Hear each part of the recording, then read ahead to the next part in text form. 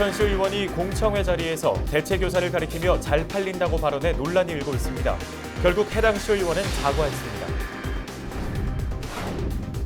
경기도 파주에서 또 돼지열병 확진 판정이 나왔습니다. 연이어 발생한 돼지열병에 방역당국은 당혹스러워하고 있습니다.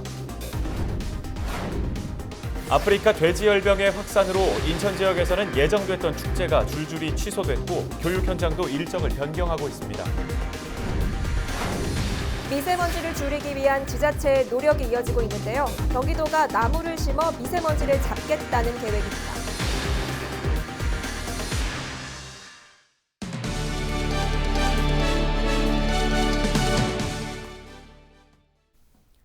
시청자 여러분, 안녕하십니까? 헬로티비 뉴스 시작합니다. 오늘의 첫 소식입니다. 슬프거나 화가 나도 웃는 표정으로 일해야 하는 사람들이 있죠. 이렇게 자신의 감정과는 다른 감정으로 일해야 하는 분들을 감정노동자라고 하는데요. 부천시의회가 지난 30일 감정노동자 권리보호조례 제정을 위한 공청회를 열었습니다. 이날 공청회에는 보육교사를 비롯해 시민 100여 명이 참석했는데요. 공청회에 참석했던 한 시의원의 발언이 논란이 되고 있습니다. 김진재 기자가 전해드립니다. 논란이 된 건 공청회에 참석했던 한 부천시의원의 질의 내용. 해당 시의원은 대체교사 지원제도에 대해 질문하는 과정에서 잘 팔린다는 표현을 사용해 구설수에 올랐습니다. 엄청나게 잘 팔리고 있습니다. 이런 표현이 좀 싸보이긴 합니다만 잘 쓰고 있다고 하거든요. 휴가 대체, 병가 대체 이런 걸로. 그래서 이 같은 발언 내용이 알려지자 보육교사를 비롯한 보육 종사자들은 감정노동자들에 대한 모욕이라며 반발했습니다. 감정노동자의 권리를 보호하기 위한 공청회 자리에서 보육교사나 관련 제도를 팔린다고 표현하는 것 자체가 시의원으로서 경솔한 발언이었다는 겁니다. 대체교사가 팔린다는 건 무슨 뜻이야? 이런 식으로 계속 제 주변에서 말씀을 하셨거든요. 굉장히들 다들 놀래시고 저 또한도 놀랬고 모멸감, 분노, 화남 그리고 그 쑥스러움에 어디 홀랑 벗겨진 듯한 팔린다라는 그런 언어를 써가면서 제도를 얘기했다라면 그거는 정말 잘못된 거죠. 해당 공청회를 준비했던 같은 당 소속 시의원 역시 시의원으로서 이번 발언에 문제가 있다는 입장입니다. 감정노동자들을 보호하자라고 마련된 공청회에서 팔려나간다라는 발언이 튀어나왔기 때문에 순간 저도 굉장히 당황스러웠고요. 또 같은 정치인에 비해서 나오는 발언이라 더 큰 파장을 몰고 온 것 같습니다. 문제가 불거지자 해당 시의원은 부적절한 발언에 사과한다며 개인 SNS를 통해 사과문을 올렸습니다. 취재기자와의 대화에서 해당 의원은 보육교사에 대한 비하의 의도는 없었다며 보육교사의 열악한 고용 환경으로 인해 대체교사 지원 제도가 인기 있다는 점을 강조하다 보니 나온 표현이라고 해명했습니다. 대체교사 지원 제도는 보육교사가 휴가나 개인 사정 등으로 자리를 비울 경우 업무에 지장이 없도록 대체교사를 지원하는 제도입니다. 현재 부천시에는 대체교사 23명이 보육교사에 대한 지원 업무를 하고 있습니다. 헬로티비 뉴스 김진재입니다. 다음 소식입니다. 하루 만에 경기도 파주 돼지농장 두 곳에서 아프리카 돼지열병 확진 판정이 나왔습니다. 농림축산식품부는 지난 1일 파주시 파평면의 돼지농장에서 어미돼지 한 마리가 폐사하는 등의 의심 신고가 접수돼 정밀 조사한 결과 아프리카 돼지열병 바이러스가 확인됐다고 밝혔습니다. 또 2일 적성면의 돼지농장에서도 의심 돼지 한 마리가 발견돼 정밀 조사한 결과 역시 아프리카 돼지열병 양성 판정을 받았습니다. 특히 적성면의 돼지농장은 돼지 18마리를 키우면서 돼지들의 음식물 잔반을 먹였고 멧돼지 접근을 차단하는 울타리도 치지 않은 것으로 확인됐습니다. 확진 판정을 받은 농장 두 곳은 돼지 2,400여 마리를 기르고 있으며 해당 농장 반경 3km 내에는 총 14,500여 마리의 돼지가 사육되고 있습니다. 방역당국은 추가 확산을 막기 위해 2일 새벽 3시 반부터 경기와 강원, 인천 지역 돼지농장 관련 차량에 대해 48시간 동안 이동 중지 명령을 내렸습니다. 경기도가 아프리카 돼지열병의 추가 확산을 막기 위해 접경지 양돈 농가의 어미 돼지에 대한 전수검사에 나설 방침입니다. 경기도는 잠시 주춤하던 아프리카 돼지열병이 다시 파주에서 발생하자 추가 발병을 막기 위해 파주와 연천, 김포 양돈 농가의 어미 돼지에 대한 혈청 검사를 실시하기로 했습니다. 특히 파주의 세 번째 발생 농장에서는 돼지 8마리에서 무더기로 양성 반응이 나와 방역 당국을 긴장시키고 있는데요. 현재 접경 지역에서 사육되는 돼지는 20만 마리로 추산되며 경기도는 빠른 시일 내에 어미 돼지에 대한 전수 검사를 마무리할 방침입니다. 아프리카 돼지열병으로 인천에서 예정됐던 대부분의 지역 축제가 전면 취소된 데 이어 교육 현장에서도 일정 변경이 잇따르고 있습니다. 예상치 못했던 아프리카 돼지열병이 바꿔놓은 일상, 취재 기자와 얘기 나눠보겠습니다. 이정아 기자 스튜디오에 나와 있습니다. 네, 이 기자, 아프리카 돼지열병으로 지역에 예정됐던 행사들이 줄줄이 취소됐죠? 네, 그렇습니다. 아프리카 돼지열병이 발생한 인천에서 예정됐던 대부분의 지역 축제가 전면 취소됐습니다. 우리 지역 부평 풍물대 축제와 이번 주말에 열릴 예정이었던 계양 구민의 날 가을 음악회 행사가 취소돼서 지역민들에게 아쉬움을 남기기도 했고요. 이 밖에 인천 권역 전체로 좀 보면요. 인천시는 지역에서 개최될 예정이었던 시민 어울림 한마당 등 행사 40여 건 가운데 76%인 32건을 취소하거나 연기, 축소했습니다. 네, 지역의 축제나 행사뿐만이 아니라 학교 행정 그리고 교육 일정에도 변경이 불가피하다 이렇게 들었는데요. 예. 어떤 상황인 건가요? 말씀하신 것처럼 지역 행사뿐만 아니라 인천 내 36개 학교가 돼지열병 발생지죠. 인천 강화로 갈 예정이었던 체험학습 일정을 연기하거나 학습 지역을 황급히 변경하기도 했습니다. 예. 특히 돼지열병 확진 농가 5곳이 몰려있는 강화군 내의 인천시 학생교육원은 다음 달 11일까지 잡혀있던 체험학습장 4곳의 교육 일정을 모두 취소했습니다. 이에 따라 인천시 교육청도 비상근무 체제에 들어갔는데요. 시교육청은 비상대책반을 꾸려서 군고와 돼지열병 확산을 막기 위해서 협조를 해나갈 예정이라고 밝히기도 했습니다. 아프리카 돼지열병에 대한 인천시 교육청의 대처 계획 함께 들어보시죠. 관내 학교에 공문을 발송해서 오늘 현재 36개 교에서 체험학습지를 변경하거나 일정을 변경했고, 그리고 또 교육청 차원에서 계획했던 행사들이 좀 여러 개 있었는데 그 부분을 지금 취소하거나 연기하고 있습니다. 대표적으로 한글날 예정돼 있었던 한글날 기념 문화축제 10월 9일 예정돼 있던 네, 아프리카 돼지열병이 국내에서 발생하면서 우리 일상을 바꿔놓고 있는 건데요. 네. 언제쯤이면 진정 국면에 들어설까요? 네, 이게 끝나가나 했는데 또 터졌습니다. 네. 경기 파주의 양돈 농가 2곳에서 또다시 확진 판정이 난 건데요. 이로써 국내 발생은 모두 11곳으로 늘어났습니다. 지난달 27일 인천 강화군에서 9번째 확진 농가가 나온 이후에 닷새 만에 2건이 추가로 발생하면서 방역당국도 다시금 긴장하고 있는데요. 지난 17일 경기도 파주를 시작으로 연천과 김포, 또 인천, 강화에서 잇따라 확진 판정이 이어졌죠. 예.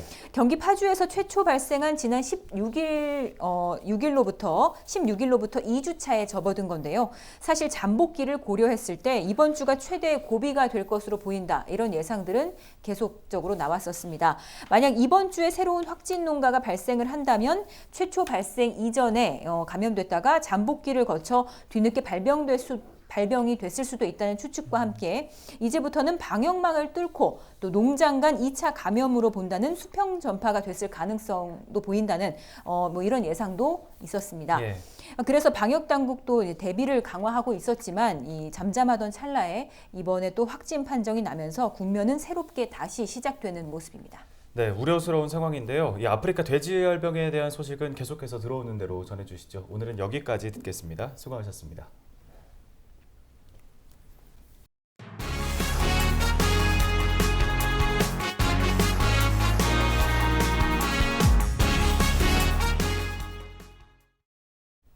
경기도 내 사업장들이 미세먼지 줄이기에 팔을 걷어붙였습니다.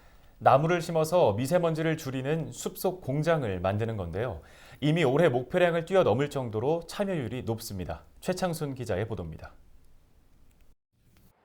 평택에 위치한 삼성전자는 사내 어린이집 주변 부지에 나무를 심었습니다. 느티나무와 왕벚나무, 메카세카이어 등 공기 정화 효과가 큰 나무들이 줄을 이룹니다. 올해 들어 268그루를 식재했고 올 연말까지 총 628그루를 식재할 계획입니다. 숲속에 공장이 있는 것처럼 나무를 심어 미세먼지를 정화하는 이른바 숲속 공장입니다. 환경 보호를 위한 기업의 사회적 책임에 따라서 당연히 해야 될 부분이라고 생각합니다. 나무 식재가 미세먼지 저감에 도움이 될 수 있다는 거에 큰 가치를 갖고 있습니다. 전국 대기오염 물질 배출 사업장의 30%가 위치한 경기도는 미세먼지를 줄이기 위해 지난 3월 도내 121개사와 협약을 맺고 숲속 공장을 조성하고 있습니다. 9월 기준 83개 공장에 총 14,000여 그루가 식재됐는데 이미 올해 목표량을 10%가량 넘어섰습니다. 올 연말까지 3,000여 그루가 추가 식재되면 올해 18,000여 그루 가까운 나무가 식재되는 셈입니다. 산림청에 따르면 나무 한 그루는 연간 35.7g의 미세먼지를 흡수하는데 도시숲 1헥타르가 조성되면 연간 168kg의 오염물질이 제거되는 효과가 있습니다. 경기도는 참여 사업장을 넓혀 오는 2021년부터는 도내 모든 사업장이 나무 심기 운동에 동참할 수 있도록 할 방침입니다. 또 사업장에 조성된 나무 쉼터 공원은 주변 지역 주민들에게 휴식 공간으로 개방하도록 할 예정입니다. 경기슈TV 최창순입니다. 대형 마트에서 물류를 담당하는 마트 노동자들이 박스에 손잡이를 설치해달라는 목소리를 높이고 있습니다. 40, 50대 여성이 대다수인 마트 노동자들의 절반 이상이 근골격계 질환을 겪고 있다고 하는데요. 이들은 박스에 손을 넣을 수 있는 구멍만 있어도 부상 위험을 줄일 수 있다고 주장하고 있습니다. 신한결 기자가 취재했습니다. 대형마트에서 박스와 물류를 운반하는 마트 노동자들이 운반 박스에 손잡이 설치를 요구하고 나섰습니다.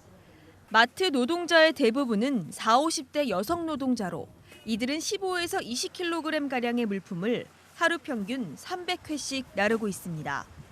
이들은 손잡이가 있는 박스와 없는 박스를 운반할 때의 신체적 부담이 40% 가까이 차이가 난다며 손잡이용 구멍만으로도 근로 환경이 크게 개선된다고 말했습니다.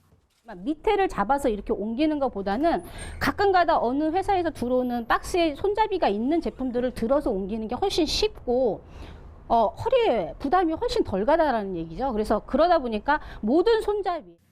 마트산업노동조합은 지난 5월 5천여 명의 노동자를 대상으로 설문조사를 진행했습니다. 조사 결과 대상자의 56.3%가 근골격계 질환을 겪고 있고 69.3%는 병원 치료 경험이 있다고 밝혔습니다. 6가지 신체 부위 중 한 부위 이상에서 증상이 나타나는 사람들의 비율이 85.3%로 나타났고요. 통증 정도가 심해서 질환자로 의심할 수 있는 자가 56.3%로 매우 높게 나타났습니다. 가장 현실적이고 즉시 적용 가능한 박스 손잡이 개선안을 제안하였습니다. 마트 노동자 노조는 지난 추석 명절에도 박스 손잡이 설치 캠페인을 진행했습니다. 하지만 손잡이를 설치하는 박스 포장은 대형마트가 아닌 물건을 납품하는 제조사가 하고 있는 만큼 손잡이 구멍 설치가 실현되려면 관련 업계에 충분한 논의가 필요할 것으로 전망됩니다. 마트산업노동조합은 중부고용노동청을 방문해 박스 손잡이가 필요한 이유를 담은 현장 의견 엽서를 전달하고 지속적으로 손잡이 구멍 설치를 요구해 나갈 예정입니다. NIB 뉴스 신한결입니다. 저층 주거지 관리 사업으로 시작된 배다리 마을 주민 공동 이용 시설이 6년 만에 준공했습니다. 주민 소통 공간인 마을회관과 수익 창출을 위한 식당이 들어섰는데요. 주민 공동체 활성화를 위한 거점 시설로 거듭날 수 있을지 주목됩니다. 이형구 기자의 보도입니다.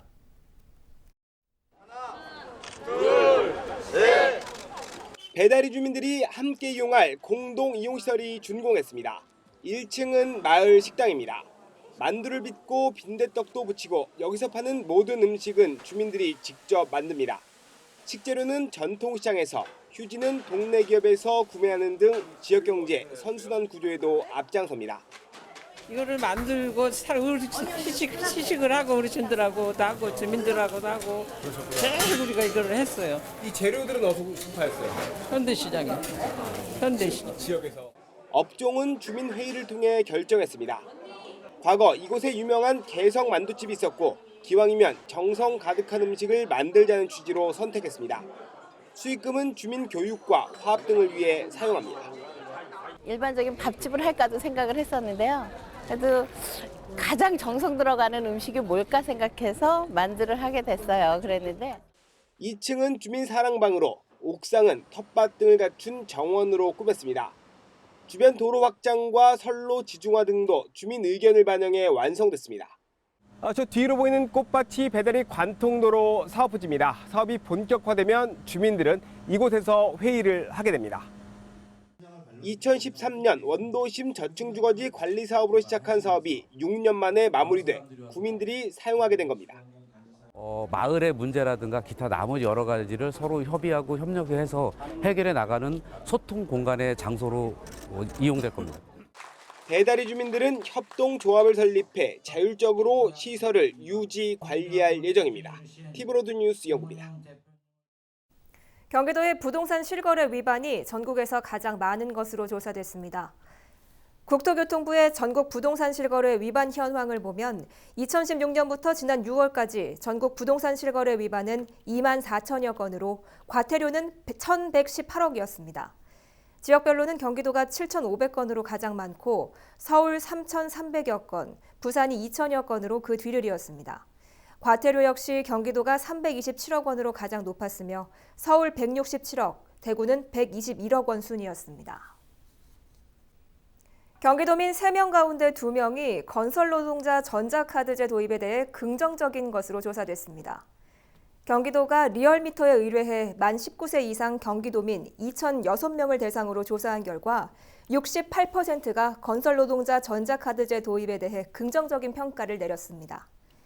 또 기대되는 효과로는 임금 체불 방지가 25%로 가장 높았고 적정임금 지급 보장 24%, 외국인 불법 고용 방지가 22%로 나타났습니다. 더불어 건설 노동자의 권익보호 확보에 도움이 될 것이라고 답한 응답자는 67%로 나타났으며 민간 건설 현장으로 확대해야 한다는 응답도 62%로 조사됐습니다. 이번 조사는 지난 9월 2일부터 4일까지 자동응답 조사 방식으로 실시됐고 95% 신뢰 수준에 표본 오차는 플러스 마이너스 2.2%포인트입니다.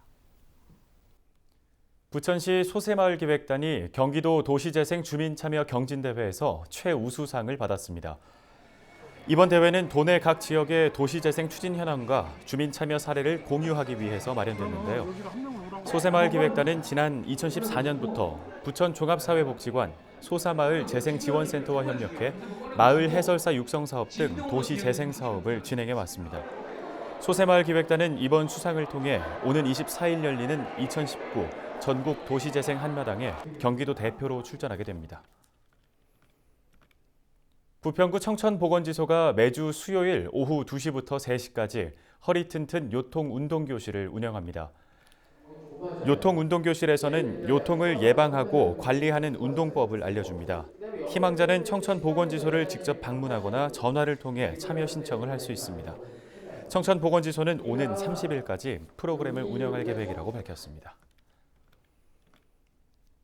인천시가 2일 열린 소셜 아이 어워드 2019 시상식에서 광역자치기관 페이스북 분야 대상을 수상했습니다. 인천시의 현재 페이스북 팔로워 수는 16만 명인데요. 인천시는 시민 소통 부분에서 높은 점수를 받았습니다. 박남춘 인천시장은 앞으로 시민이 직접 참여하고 생산하는 뉴미디어 소통을 더욱 확대해 나가겠다고 말했습니다. 이번 시상식은 한국인터넷전문가협회에서 주최했습니다. 인천 유나이티드가 오는 6일 오후 2시 인천 축구 전용 경기장에서 전북 현대와 정규리그 마지막 홈 경기를 치릅니다. 리그 10위를 달리고 있는 인천은 최근 절정의 득점력을 보여주고 있는 무고사를 앞세워 1위 전북을 잡기 위해 총력을 다할 방침입니다. 승점 25점을 기록 중인 인천은 한 게임을 덜 치른 경남과는 1점 차, 제주와는 2점 차를 보이며 살얼음판 경쟁을 펼치고 있습니다. 한편 인천은 이날 중구민의 날 브랜드데이 행사를 통해 중구민 무료 입장과 팬사인회, 푸드트럭 운영 등 다양한 행사를 마련합니다.